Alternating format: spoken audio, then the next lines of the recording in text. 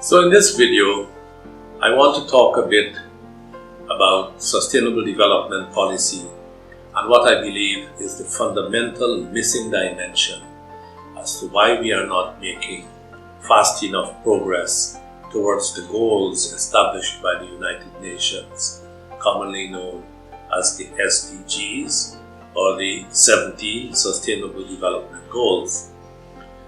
Most countries are behind and they are not getting there. And we continue to believe that if we do more of what we have always been doing, everything will be fine. If we reflect on observations made by some of the leaders in this field, for example, James Gustav Speth, who was the administrator of the United Nations Development Program, says that I used to think that the major environmental problems of the world were biodiversity loss, ecosystem degradation, and climate change. But I have come now to realize, after these 30 years of good scientific research and technological interventions, failing to get there, I have come to the conclusion that the world's biggest environmental problems are human greed, selfishness, and apathy. And scientists, or most scientists, don't know how to make the change that is required. That is a spiritual and cultural transformation. Words coming from the former administrator of the UNDP. A research scholar in this field has concluded that sustainability science has focused on markets, on science, on systems thinking, yes, and helpfully so, but mostly focused on external dynamics, governance, etc. And in so doing, we have missed a very important issue, that is our inner dimensions.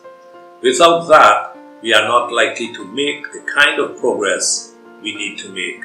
And so this video is addressed both to academics, research students, faculty, teaching and research, so we might have new courses which students engage in, but also the public policy community, because we now need to bring in this missing inner dimension. That's what I'd like to address in this video. To move and make much more rapid progress, and indeed much more long-lasting progress, we need very deep transformation, which cannot be achieved without understanding the inner dimensions of the human being, who is the major actor in this challenge. So how do we do that? The first thing is that we need to move beyond our everyday understanding of who we are. Most people don't even stop to ask the question of themselves, who am I? What am I really?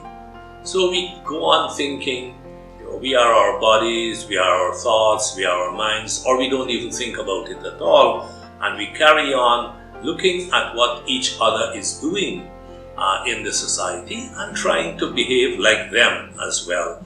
And so life goes on, and we continue to consume more and more. We try to keep up, as they say, with the Joneses, and we just keep consuming, in many cases, more than we need.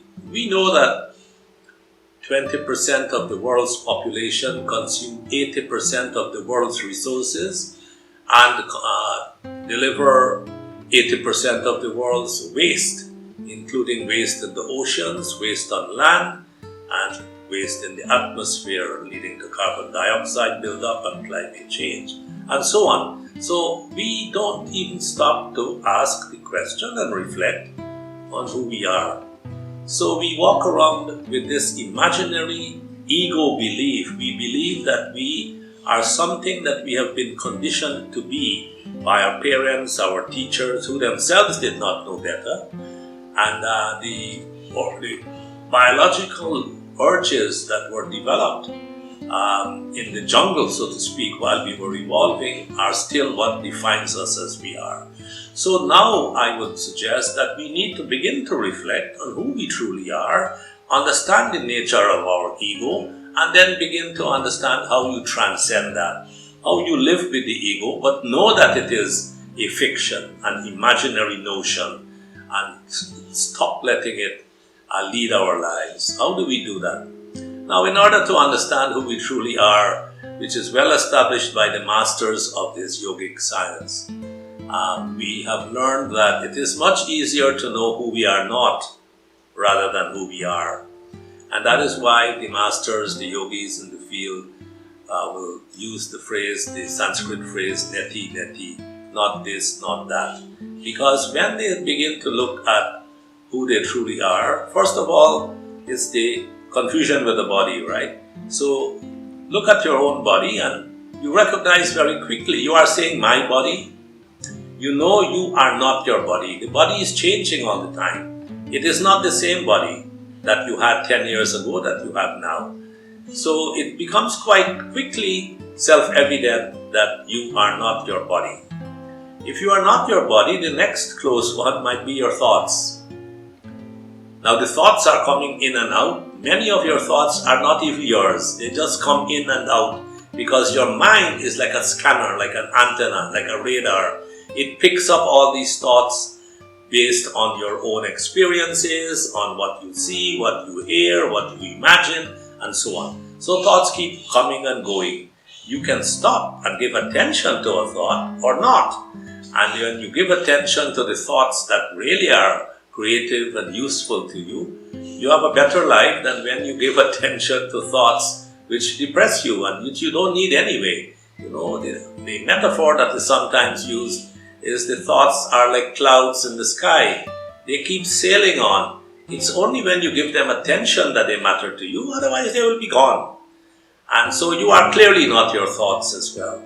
And therefore the thoughts are generated in the mind and you can quickly come to the conclusion that you are not your mind. So if you are not your body, you are not your thoughts, you are not your mind, it becomes quite interesting. So who am I? What am I?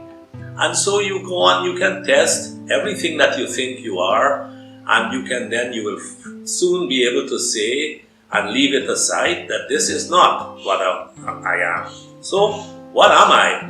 Finally you come to the conclusion that, and these words are not really the best description. We can never describe what we truly are because they are beyond thought.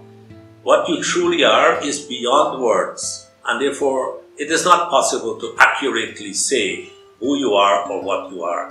But the closest we come to it is that you are pure awareness. You are aware that all of these things are happening. You can experience all of this. But your true nature is the awareness itself.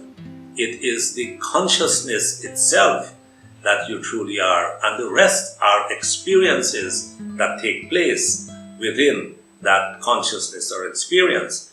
As soon as you come to that conclusion, you begin to see how the struggles you have in everyday life, how minor they are. I mean, they might be very important to your physical life and survival, and you need to treat it like that.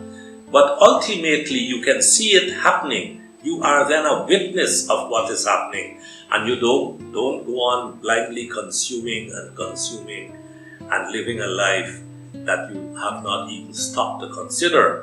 And so let us now think, that is well known, but let us now see, what does it mean for public policy, and what does it mean for sustainable development policy, this deeper spiritual understanding of what we are. And notice that this spiritual understanding I'm talking about has nothing to do with any religion, and yet it has to do with the core mystical teaching of all of the world's major religions. So now I will elucidate and show you how this can be helpful to the Sustainable Development Goals and Sustainable Development Policy. So let us now link this understanding or this recognition of the need for inner transformation to the world of public policy. How do we do this? So the first thing is, let us examine the links between the way we behave and the sustainability challenges we face. You know, I have done a few surveys in which I have asked people, do you believe that humans are by nature greedy? Virtually all the time, more than 90% of the respondents will say, yes, it is clear that humans are by nature greedy. And I believe you will also believe that humans are by nature greedy. That is the core of overconsumption. That is the core of why we see so much waste, so much damage to the environment, and so on. But beyond that, there is also the problem of fear. Humans have a fear of the future, of uncertainty, of insecurity, and these fears largely derive because they do not know who they truly are, which is in fact, they are the happiness they seek, but they seek it somewhere else, and so they keep on going and on looking for that happiness, while they are that happiness. That is another way of describing who you truly are. Now, I also used to believe for a very long time that humans are by nature greedy, until I recognized that that understanding is wrong because of the misunderstanding of who we truly are. When you know who you truly are, there is no chance of being greedy by nature. If humans were greedy by nature fundamentally, then I would say the case is lost.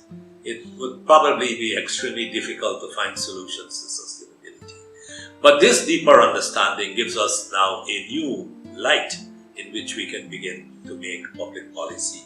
A fundamental shift from the way we did economic thinking for a very long time, where we believed that humans just followed blindly their self-interest, which was more and more consumption. And so we carried on like that. When you begin to recognize that the source of fear and insecurity and overconsumption lies within yourself, we have a new hope for a solution, a new way to solve this problem. And let me show you how this might work. Let us take, for example, the big problem we face of climate change. And we can do a quick root cause analysis, and you will see where it leads. So we know climate change is the increase in temperature of the planet due to carbon dioxide buildup in the atmosphere. Where is the carbon dioxide buildup coming from? It's coming from burning fossil fuels to drive our economy. And we have a fossil fuel driven capitalist economy that keeps driving more and more. And we want more and more. Problem, of course, is that that wealth concentrates in the hands of the few, and so many others get nothing. So we continue to destroy the planet, building a wealth that is in the hands of very few people. But coming back to the root cause analysis. So we know it's driven by this kind of economy that we have. So then we ask, why do we continue burning more and more fossil fuels and generating more and more greenhouse gases, warming, and all the devastation that climate change will bring? Then we can come to the conclusion that this is due to humans wanting to consume more and more, not needing to consume more and more. And so it then comes, why do we keep thinking we are greedy? And why do we think, believing, and acting as though we need more and more or want more and more far above our needs? Then we come to the root cause, which is, who are we? What am I? And that's the link, you see, that leads from what we observe, the damage to the climate, way back into who we truly are. And that's the link between the inner dimensions and this outer phenomenon that we observe. Now, there's a huge gap between public policy, which takes place in the collective external, right, in society, and spirituality, the understanding of who we truly are, which is kind of an inner knowing. So how do we bridge that gap? So let's talk about that now. In order to make this link between our inner knowing and public policy, questions such as the following arise. What would public policy look like if the goal of the public policy was greater harmony in the society? What would public policy look like if the goal of that public policy was greater love? In fact, these questions were raised by the Rabbi Michael Lerner in the United States. He wrote a book called Revolutionary Love, in which he made the link between the inner understanding, inner knowing, and public policy. But going beyond that, we can begin to show the mechanics through which it will be linked. Because the first question that will arise, how will you measure the contribution of inner knowing to public policy? That question can now be answered because we used to think only of natural capital, physical capital, human capital, and so on. Those are the assets that are common in our economy. And we used to think of things like IQ, the way human beings reason and think, which is in the material world. Then we moved on to thinking about the way human beings feel, and so we have EQ, or emotional coefficients. And also we started to work more and more with social capital. Now we are able to understand much better and in a measurable way spiritual capital and spiritual intelligence, and beginning to measure that when it becomes routine in the way we do aptitude tests, when students are entering universities, various disciplines, whether it be law or management, LSAT and GMAT and all of these exams. When we do routine examinations at universities and high school, and we build in these tests, we will begin a transformation that will be fundamental in our society. That will also help people who do policy analysis, because now you can use spiritual capital as one of the aspects of the overall social and economic and political system that we are working with. We have started to explore all of these. The literature is now growing in how to make these links. There are, for example, which you can find easily on the internet, a range of inner development goals. So people have begun to put this in language to which policymakers and people in everyday life can relate. So the links between public policy and the inner development is in fact beginning to grow quite nicely. I have been asked from time to time, so why should we want to change? How do we become spiritual? Well, the answer to that is really simple. You don't become spiritual, you are spiritual. It's just that you don't know. So it is a recognition process, as they say, a self-realization process through which this happens. It's the removal of the ignorance. It's the removal of the dirt that is required so that the diamond can shine, which is what you truly are. So now we are really moving into a situation in which you can see that these can practically be linked. And in fact, it's not a big deal. This journey that people have to travel on to become spiritual is a total misunderstanding of our own true nature. Someone put it beautifully when they said, we are spiritual beings having a human experience, not human beings searching to become spiritual.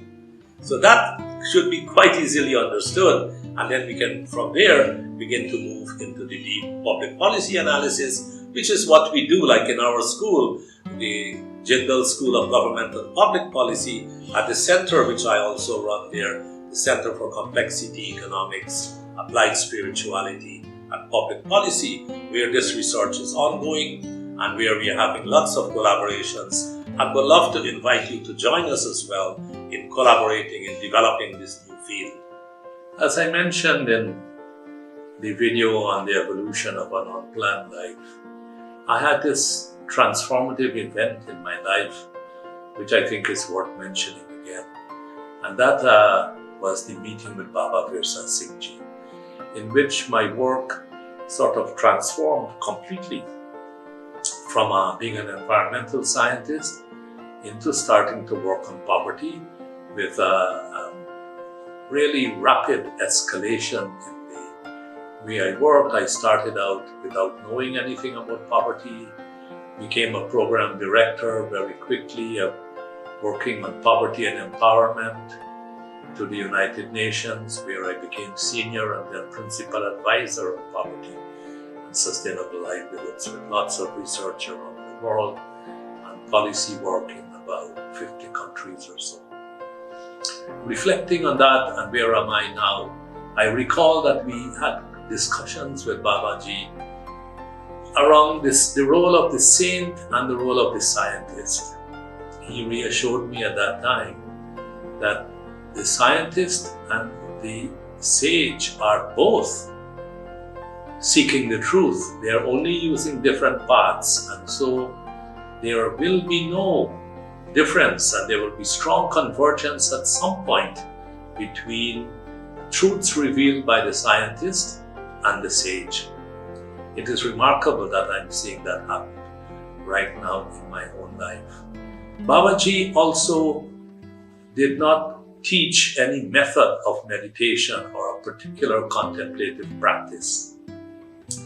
He would say that it is critically important for you to meditate, but that meditation will come to you naturally when you're ready.